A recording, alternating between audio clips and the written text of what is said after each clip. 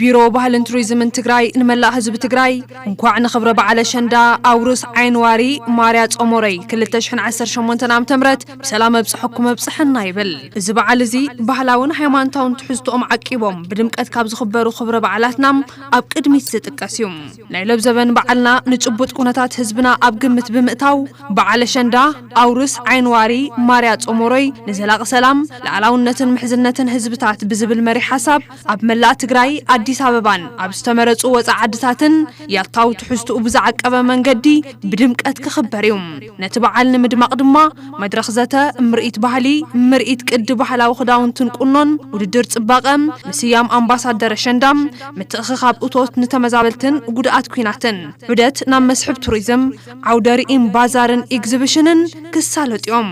ስለዝኾነም ኣብ ዝተፈላለዩ ከባቢታት ዓለም እትርከቡ ወገናትና ኣካል እዚ ክብረ በዓል ክትኮኑ እንትንዕድም ኣብ ከቢድ ዓጸቦ ዝርከቡ ተመዛበልቲ ወገናትና ናብ መረበቶም ክምለሱ ብሓይሊ ዝተመንጠለ ለዓላውነትናን ዝተጓዕጸጸ ክብርናን መላእ ዓለም ብዕሊ ፈሊጡ